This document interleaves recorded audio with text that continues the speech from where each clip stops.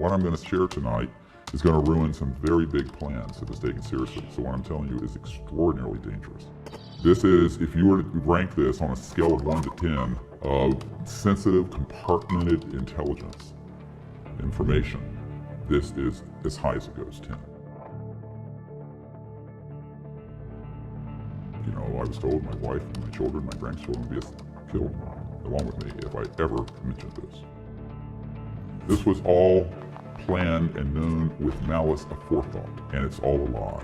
And they know about it, but they're not telling you because they want to keep you in the dark. This gets into some issues that are going to make me very unpopular with some folks. I don't care. And we don't have time for that. I don't care if you like me, love me, hate me. People got to know the truth on this. I want to be really clear that when this I'm sharing is, I would not do it if I didn't think it could be avoided. I would just keep my mouth shut and retire. What I want to share tonight is personally very difficult. And the reason it is that this issue and this presentation will be the most difficult one I've done in 26 years. I'm accustomed to giving folks bad news. So this is very, very bad news. And I'm not saying that to be at all melodramatic. I'm telling you what the truth is. And the only reason I'm doing this is that there have been the information coming in, pinging my system, indicating that we're getting closer to the hoaxing of events to stampede the world into something that would make them look like a picnic.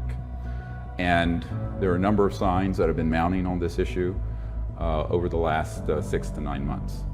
And I'm gravely concerned about it. My philosophy has always been an ounce of prevention is worth a pound of cure. Because if we can do what we should tonight and get the word out about this, there's a chance we can avoid what I'm going to be discussing.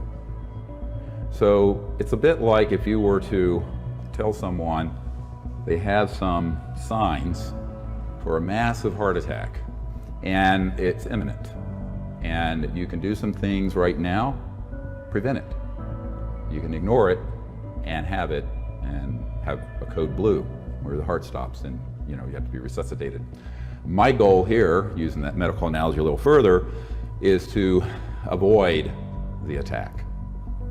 And in this case, it would not be a medical emergency. It would be a national security and global emergency orchestrated by people who have been planning this since the 1950s.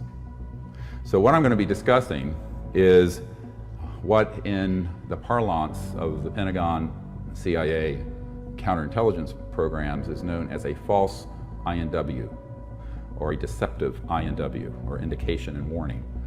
And some years ago, I had a meeting with the head of the Defense Intelligence Agency and General Patrick Hughes. And the focus of that briefing, which was quite extensive, was to give him information so that he would not be deceived in the event of a false or deceptive INW, indication and warning. And so you have people who often, you would think, who would have knowledge of these issues. And it turns out they do not.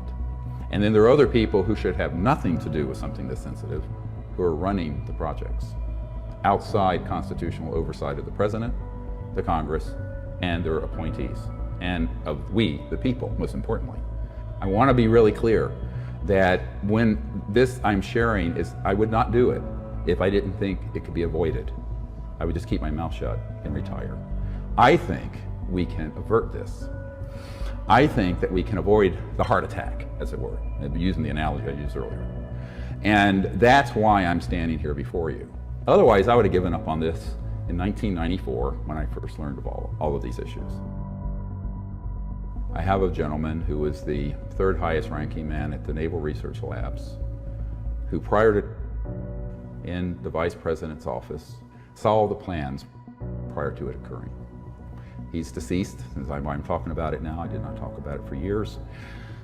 And he was told, I used to stay at my home. He said, look, I was told my wife and my children, my grandchildren would be killed along with me, if I ever mention this. Now, the mother lode, the sort of the crown jewel of that kind of event is what has been planned assiduously since the 1950s. And that is a threat that would unite the world around a military junta, militarism, that would put all of humanity together, but against one or more extraterrestrial races. Everyone thought, well, we're going to learn that lesson in Vietnam. We forgot it. We had Iraq. We forgot it. So they let a certain amount of time goes by, the population becomes complacent, we have a very short-term memory on such things, and then they move another one forward. Now that plan, which they came up with in the 1950s, has been very carefully rolled out. And I was asked today by a gentleman I was meeting with, he says, when do you think they might do this? I say they began in 1950 something. It's already happened. It's already happened. The false flag has already happened. Now, not the crescendo moment, not the final act, all right? But acts 1, 2, 3, 4, 5, 6, 7, 8, 9, whatever, have already transpired. What do I mean by that? What I mean is, these operations figured out that the psychological warfare value of the subject was such that they could set up events that are completely hoaxed, beginning in the 50s and 60s, that would convince people that those events were of extraterrestrial origin, alien, when they were not. And so blur the lines between the actual ET activity and the human stagecraft, as it's called, that most people, including people at the White House, wouldn't know the difference. The problem is certainly not UFO subculture, and certainly not the media. No one in government I know, for the most part, has a clue. Even mid-level people, functionaries, within the majority intelligence committee, MAJIC, M-A-J-I-C, that runs these operations, do not know about this. This is why Admiral Roscoe Hillenkoetter, the first CIA director when it was formed in 1947, took the place of the OSS, said in a letter that the secrecy surrounding UFOs was a threat to the national security. This is why Eisenhower said the secrecy, unwarranted secrecy is what he said. It could be a threat to our democracy and our way of life. And they were referring to this dynamic. But the problem is, in that vacuum of secrecy, extreme, illegal, unacknowledged special access projects, which is what they're called, at a compartmented level, and I was talking to a gentleman today about this, at least 21 levels, compartments, past the level of the president, 21 levels. That you have a permanent infrastructure that has evolved or spun off from the legitimate government, but that is embedded within the corporate sector, the intelligence community, and the military sector, that is run amok viciously of our liberties and our freedoms.